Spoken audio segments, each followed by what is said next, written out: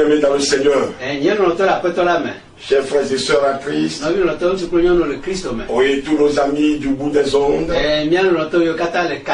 vous tous qui êtes réveillés ce matin par la grâce du Seigneur,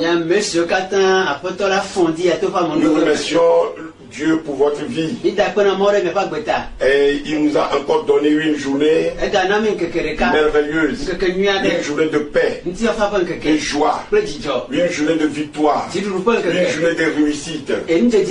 Et dans sa grâce, nous avons tout. Et il a renouvelé sa grâce dans nos vies encore ce matin. Nous ne cesserons jamais de le louer assez pour ce qu'il a fait dans nos vies et ce qu'il continue de faire. Aujourd'hui, j'ai eu un petit mot pour vous. C'est une petite exhortation qui a pour terme la puissance protectrice de Dieu. La puissance protectrice de Dieu. Mes chers amis, Dieu cherche un peuple qui lui fera confiance dans les situations difficiles aux yeux du monde entier.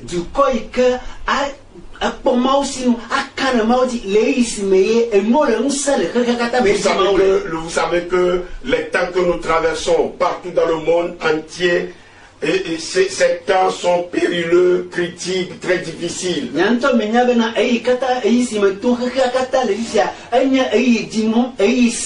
Et particulièrement dans ces temps très difficile, Dieu cherche un peuple qui lui fera confiance.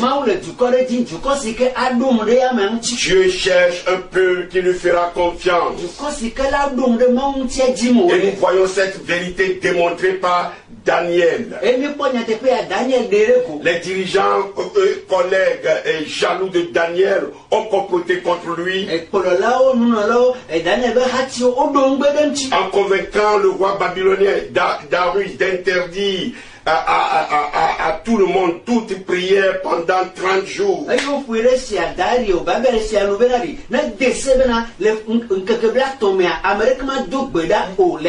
cela n'a pas empêché Daniel de prier dans le lieu secret son Dieu.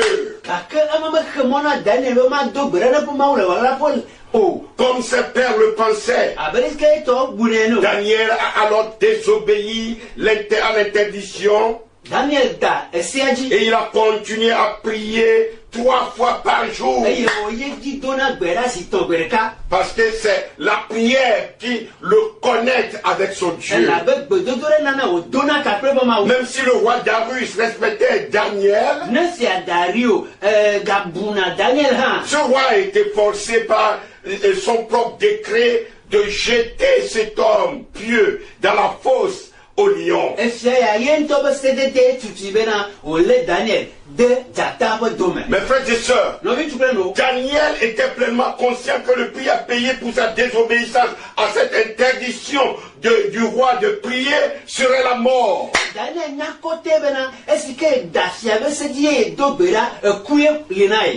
Pourtant, il n'avait jamais cessé de prier parce qu'il avait une confiance absolue en son Dieu.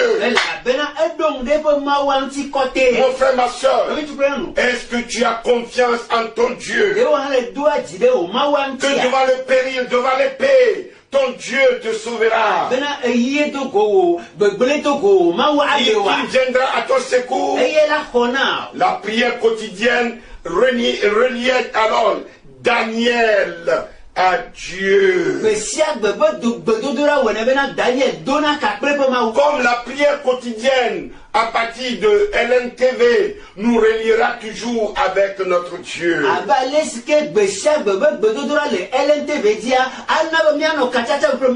Et Daniel savait que le Seigneur ne l'abandonnerait pas.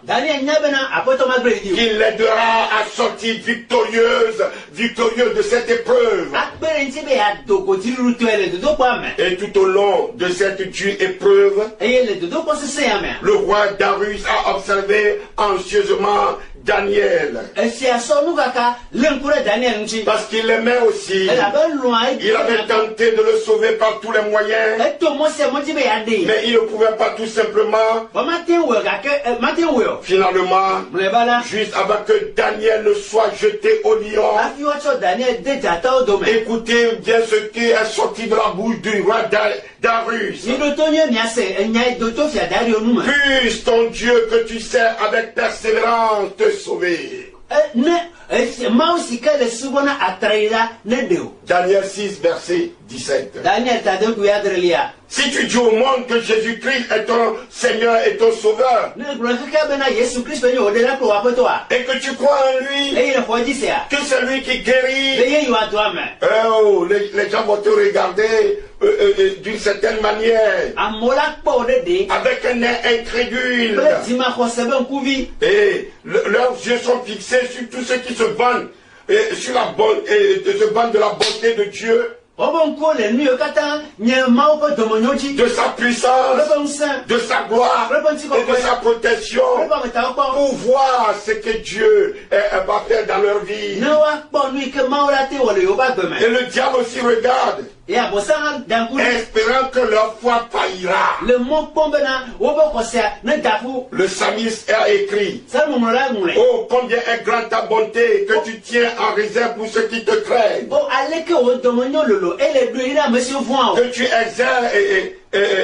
Que tu exerces envers ceux qui se réfugient en toi, en face des humains. Psaume 31, verset 19. Frères et sœurs, quelle est cette grande bonté que Dieu tient en réserve pour les temps difficiles à tous ceux qui les craignent, à tous ceux qui le craignent plutôt.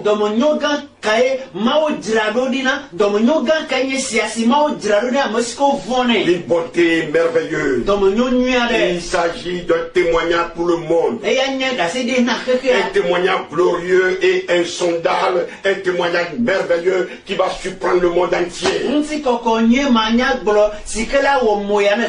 tu tiens ferme dans la foi, un témoignage que la foi peut suivre à n'importe quelle situation. Un témoignage que la foi va nous faire surmonter toutes les difficultés, tous les obstacles.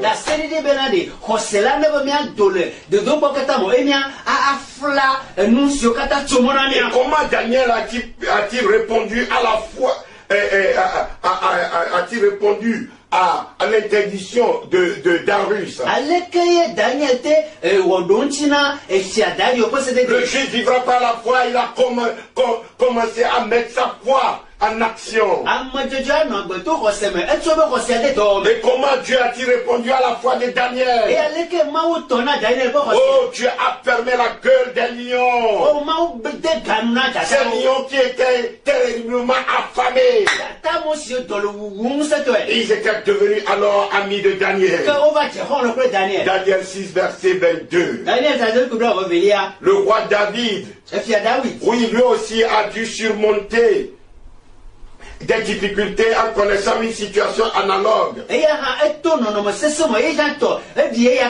il a pu dire: quand je marche dans la vallée de l'ombre de la mort, je ne crains rien, je ne crains aucun mal, car tu es avec moi, ta houlette et ton bâton me rassurent.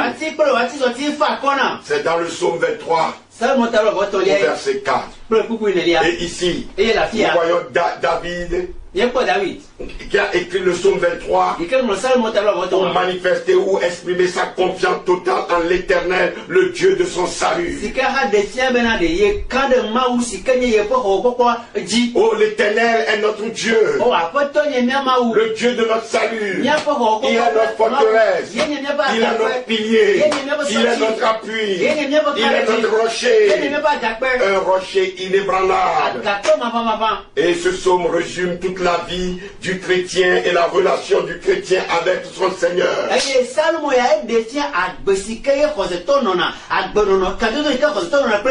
ce psaume nous parle surtout de la puissance protectrice de notre Dieu. Notre Dieu ne faillit jamais. Ici au verset 4. Le roi David, très confiant, exprime alors sa pleine conviction que même s'il passe par des moments périlleux, par des difficultés, l'exposant à la mort, son berger sera toujours avec lui.